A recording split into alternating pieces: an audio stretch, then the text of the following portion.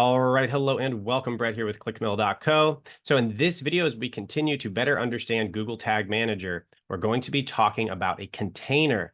And I will admit that containers just boggled my mind for years, trying to learn this on my own.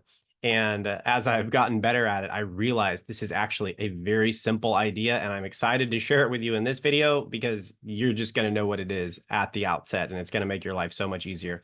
So a container is essentially just a container that holds all of the tags organized in one place. And that is what Google Tag Manager is. Essentially, when you create a new Google Tag Manager account and it gives you your GTM tag, which we'll look at one on the screen soon, that is the container. It just holds all of the tags. So it's a box and you have all the tags for that business in there or that website in there organized in one place. So a container, again, just saying it again, is the place we hold all of the tags for one business or website. Neil, anything you want to add on there? Any clarity that you can bring to that at all? No, all good on my end. Okay, awesome.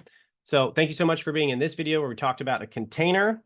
Stick around for the next video where we're going to be talking about triggers. We'll see you there.